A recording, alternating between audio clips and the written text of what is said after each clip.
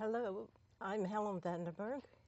I'm here in the studio with my guest, Duran Serron. And she's here to talk about Heifer International. And it's a charity organization with a particular slant. And Duran is going to explain to us what a heifer is and what Heifer International does. Hi, pleasant to be here with you. Heifer International is all about a cow. So if you see this flying cow here, the wish if pigs could fly. Well, cows can actually fly. Heifer International started in 1939 when Dan West was in helping refugees from the Spanish-American War. And he was handing out cups of milk. And he realized, I don't need cups of dried milk, I need a cow. So in 1944, the first cows went over to help these refugees. So for all those years since, over 12 million families have been helped in 50 different countries around the world with heifer by simply giving an animal, educating the family how to take care of the animal, and the first offspring of that animal then goes to another local person in the village or town. That's so wonderful. It's inspiring. It's so unlike any other. I'd seen the sign, but to get into precisely what kind of animals they give, I was stunned. Yes, it's exciting because you can give a knitting basket, which are animals that women then use to knit and spin yarn and create a business run by women. You can give a camel, a water buffalo, guinea pigs, rabbits, and my favorite, and what got me involved, was Beatrice's goat. Beatrice's goat is a children's book. However, Beatrice is a real person, and she lived in Uganda, and she was too poor to go to school, and you have to have enough money to buy outfit and books to go to school. So her family got a pregnant goat, and she had enough money from the family, and they had to learn how to have proper land, take care of the goat, and how to feed the goat, and they had enough money from selling the milk and the cheese to send her to school. She did so well from going to school that she went on to upper education from elementary. She got a scholarship to attend university in the United States and got her doctorate. Wow. All from a goat called Lucky. That is so amazing. So her village got 120 goats. Her goat was pregnant with twins, which she then gave to one of her best friend's families. And the funds for that goat, $120, was raised by a Sunday school in Connecticut. So that reason, I have my church, St. Francis in Willow Glen. Every year for our Lenten giving, we fill little boxes with all our nickels and dimes and quarters. In the last 2 years, we have gathered over $1,000. It's amazing. And this is Beatrice's story? This is Beatrice's story with a foreword by Hillary Clinton. The foundation is actually a chapter in Clinton's book on helping the world. The fun part about Heifer also is not only do they just give animals, they give trees, seeds, education for women, especially for women who are in environments where cultures where they don't have a voice and they don't have a way to make a living. And so they help them find ways that are culturally correct and to go on and have a living. And there's quotes on their website, this women saying, I finally have a voice and I finally have power to do what I want. It's very impressive.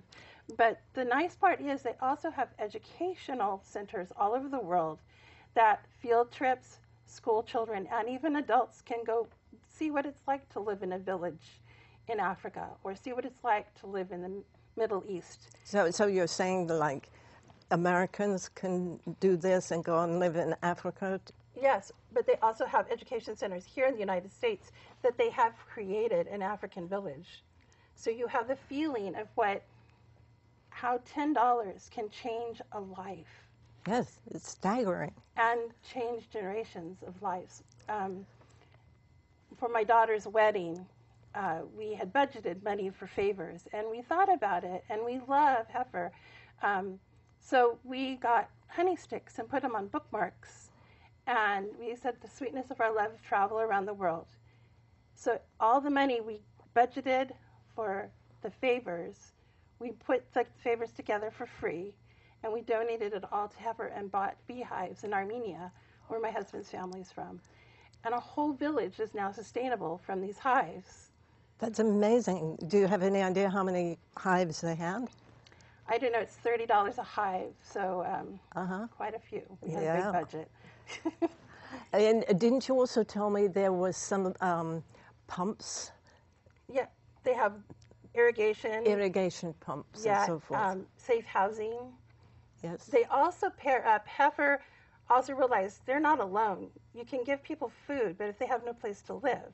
Yeah. So my daughter, 3 years back, went with Fuller Center and Global Builders, which is an associate of Habitat for Humanity. Mm-hmm. And she built houses in Armenia. The people had an earthquake in 1988, and they're still living in sealand containers that are resting. Whole families, multiple generations of families, and outdoor kitchens in snow and rain. And so she built houses so that they would have a place to live. And many of these families that she built houses for had an animal from Heifer. So it pairs up with the Fuller Center. It pairs up with Habitat for Humanity. It pairs up with Sustainable Living and all the other organizations. Nets for Life, which is the mosquito netting. It all supports, and they all help each other through Heifer. And I understand that Heifer has it so that they're only there for a while, like 2 or 3 years. Their whole purpose is to move on out. Yes, they started in Spain and with the refugees. There are 50 countries now. However, I think Albania, and there's another one, Serbia, I think, they're become sustainable. They're fine. So they're moving on to other countries that need help. Yep. After the Vietnam War, they were very heavy there. Mm-hmm. If you want to donate to them, you can just donate to the nearest, wherever the greatest need is. Yeah. So, could you explain a bit about this? Oh, well, they have a great education. So the whole point is educating the people about how to take care of the animal. But they also have education for teachers. Any teacher, any educator, any Sunday school teacher can get online and download for free all their education materials. This happens to be 1st and 2nd grade, which comes along with Beatrice's goat.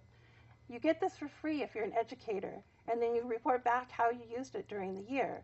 It has cross-curricular core curriculum values, so it's right along with the state testing. Has math and literature connections, has sociology and geography lessons. So it gives children a sense of a more global economy. Yeah, it sounds also that the communities are accountable. Yes, extremely so. So you have to make sure you're taking care of their animals. They check in on the people, and they also have to give the firstborn to another family. Yes. And share the gift. And so if you gave, say, a chicken, the first chicks then go to another family, then you get the eggs, and then those chicks go to another family. And so it's like not just giving a fish, but teaching somebody to fish, and then teaching your neighbor to fish. It's almost viral. It is. It's extremely viral, and it's catching because it not only reaches at a cultural level, since we all have different cultures. So I wouldn't help if you were in China and I gave you grain for wheat because you want to eat rice, so they give rice. There's irrigation, there's trees. If you're a vegetarian, you don't want to give an animal that might possibly get eaten, you can give a tree. You can give honey. You can give all kinds of things. A knitting basket, a basket of cheese. That makes me giggle. A camel for transportation. I love the idea of giving a camel. A water buffalo. A guinea pigs for Peru, I think it is, because they use for different means. And yeah. So, yeah, I've given many gifts. There's a book that they have that you can buy. You can also buy Christmas tree ornaments, and you can buy their honey. So I gave some children, my godson's grandchildren, a book called The Chicken and the Worm about living together in society and getting along. But then I also gave them a chicken to some little girl somewhere else. This is so amazing. So, So you're having impact around the world. I mean, you're lying there in bed at night and you're thinking, you know, what's going on in Nigeria? Oh, the chicken. my chicken is doing fine. That chicken is alive and well because I sent it there. Well, and for Christmas, I mean, how many sweaters do you need? Unless you're a knitter and I made it for you, like, then you really need it. You don't give it away. But, you know, Christmas is really hard for people. You go get the gift card, you send it across the United States. You don't need that extra thing. We have enough in San Jose we do. and in the Silicon Valley. Yes. So our family several years back all donated a cow to Armenia because it's where we're from. But also nowadays, last year I gave my children a part of a women's business cooperative through Heifer. That's great. So we can buy a small little intimate gift under $20. But if you think about half the people in Silicon Valley, if they all just bought a $20 chicken, how many more people could be sustainable living? Right. And one less return the next day. Right. So, and if you go online, you get your choice of almost anything that you want to give. That's where the water buffalo is. yes, the water buffalo. And if you give, and you have the Rural Arc magazine, and every 2 months you get a lovely story of where somebody's gift has changed a life. Much like Beatrice. Yeah. A simple goat. The story is what makes it. Yeah. You have a good story there. Yeah. Well, I want to share a quote, and this is from a lady from Armenia. Believe it or not, besides giving us a variety of dairy products, which was rich in nutrients, the cow made our life more interesting. We have a reason for getting up early and being in good shape and being healthy. I love my cows, and perhaps feeling my love and care, they respond to me, and the same, they wag their tails. My favorite, though, is I owe nothing. Just 2 years ago, it's amazing how much I have now, and life is a lot different. My husband values and respects me. Owning a cow has earned me lots of respect from this village. So see, cows can fly.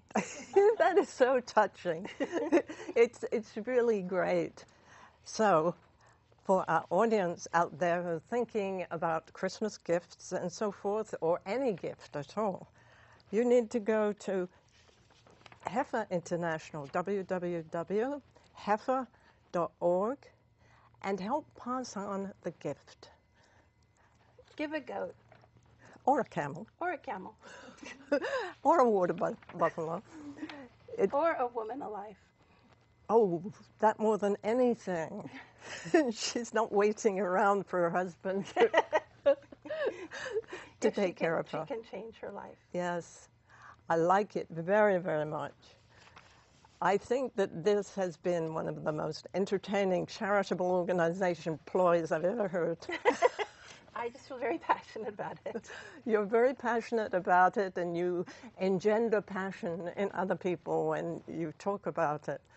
Because we kind of like, do you remember that Apple commercial where they're all gray men sitting there? If you sit at a computer too long, that's it. So, this is Helen Vanderberg wrapping up here in the studio with my guest, Duan Zeron, for Heifer International. Thank you so much. Thank you. Are we on?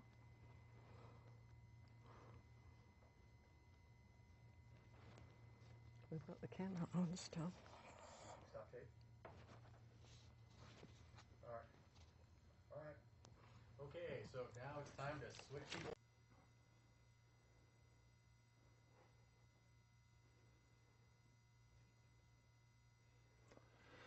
Hello, welcome to KMVT. I'm Edward Yu, your host. I'm very pleased to introduce you to our guest tonight, Robert Zeron. He's an expert on Japanese animation, aka anime.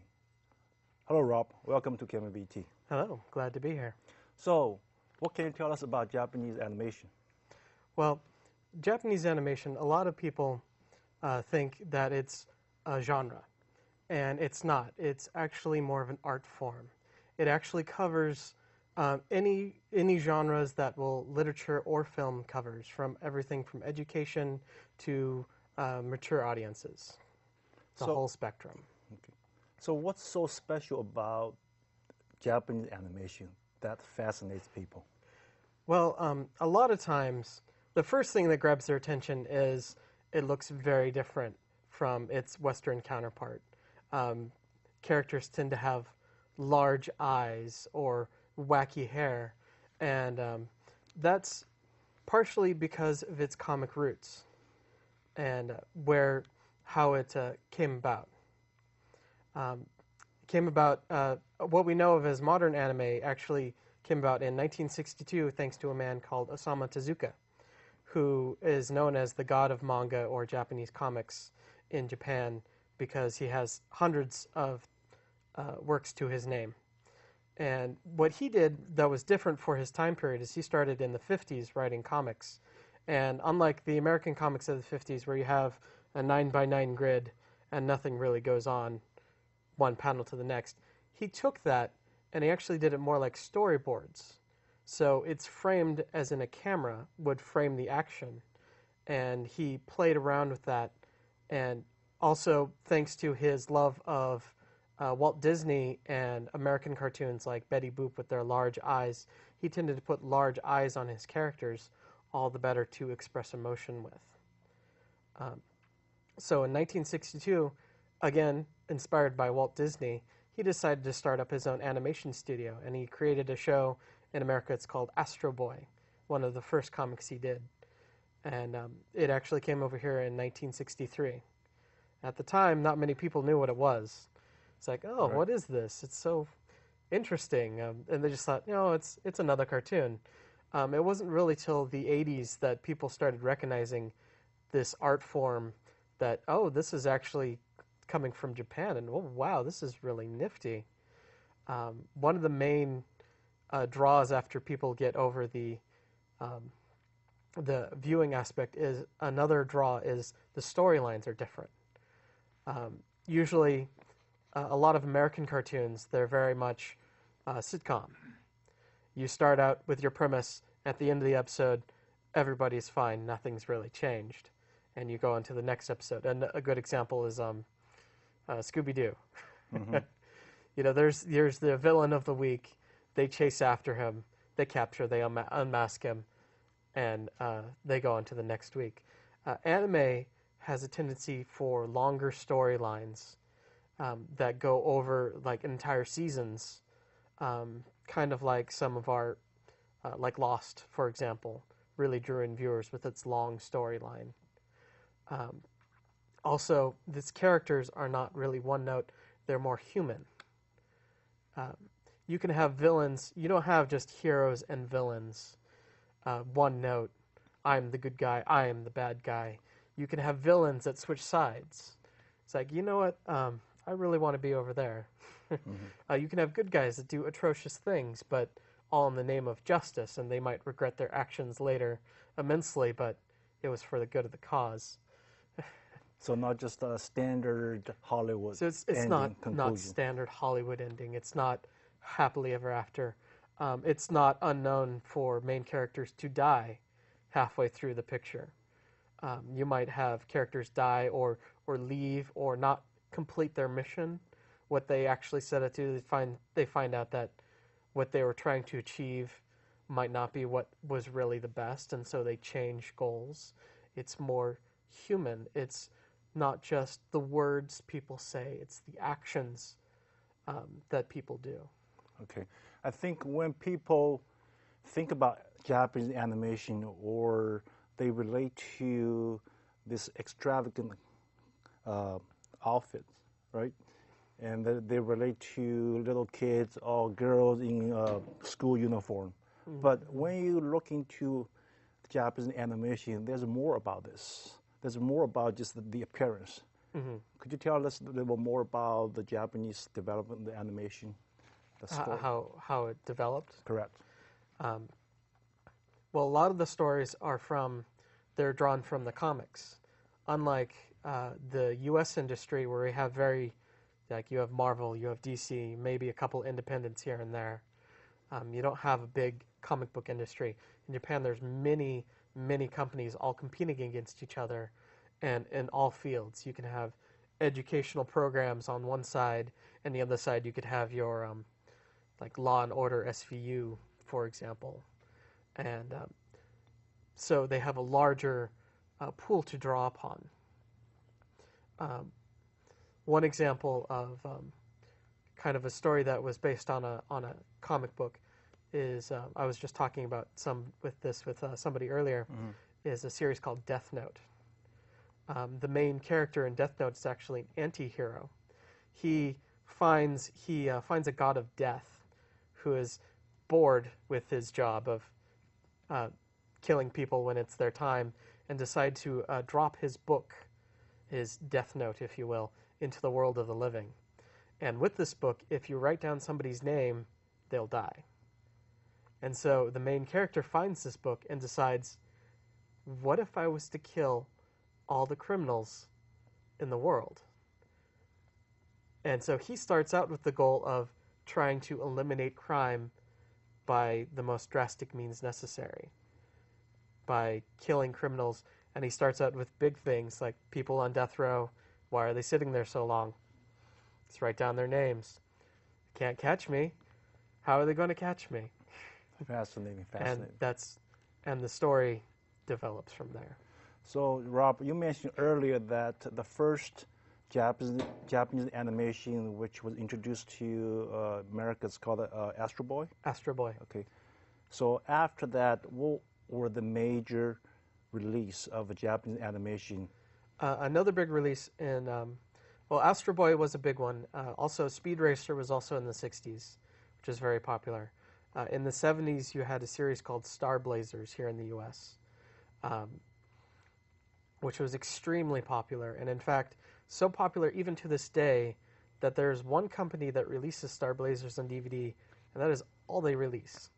And it's enough to keep them in business since its original release on television. Wow. In the 80s, series started coming out, and people actually started recognizing it as Japanese anime and looking for more of it. And in the 90s, shows like Sailor Moon really got a female audience interested, and shows like Pokemon got young kids really interested. And in 2001, in fact, actually came out in the U.S. in 2002, a Studio Ghibli movie by the name of Spirited Away was released and was humongously popular here. And in fact, in 2003, it won the Academy Award for Best Animated Picture. Yes, I remember that. Can you tell our audience if they are interested in knowing more about Japanese animation, what sources can they go to?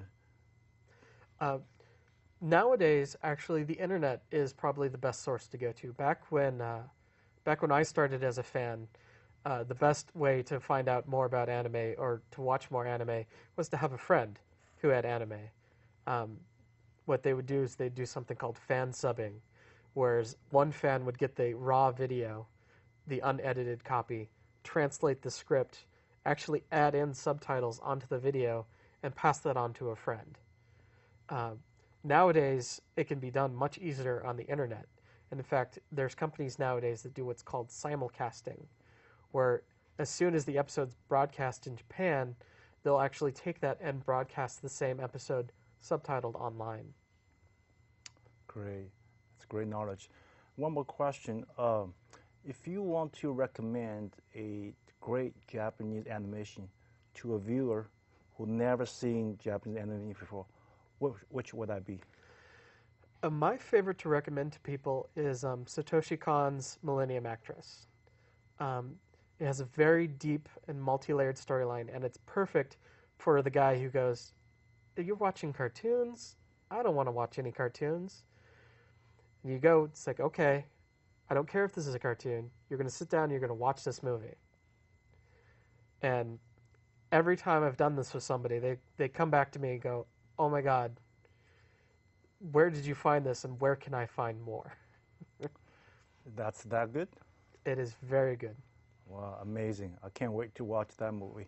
Well, you are such an expert on Japanese animation. Tell us, how did you get involved in animation in the first place? I actually got involved through my local public television show. KTH Channel 54, way back in the day when they were actually still a station, they had a sci-fi block where I would watch stuff like original Doctor Who or The Prisoner. And afterwards, they started doing a cartoon block where they started showing anime.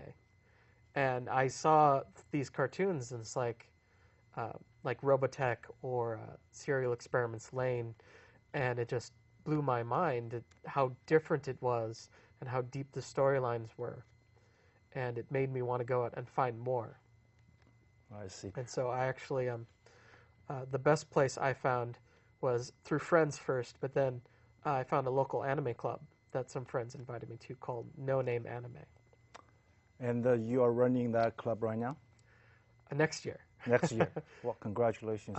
The club has been going on for 20 plus years now at the Santa Clara City Library. It's on the second Saturday of every month. And the current staff has been there for quite a few years, and they're kind of tired now. So they're passing on the torch to the younger audience. Any major events coming up at your club?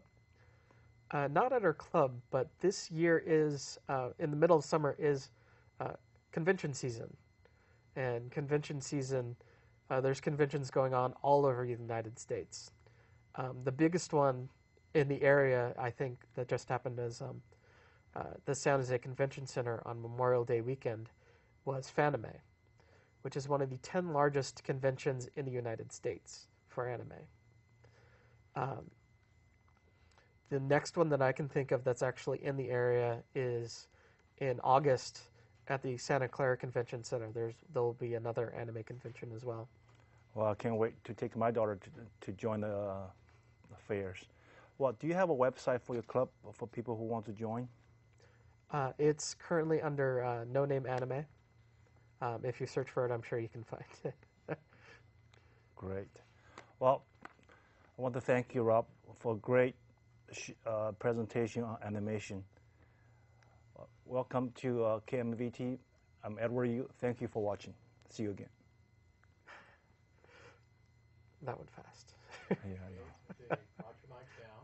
They're going to start playing your closing music and run credits, so just chat amongst yourselves. Actually, I was a little frozen a little bit.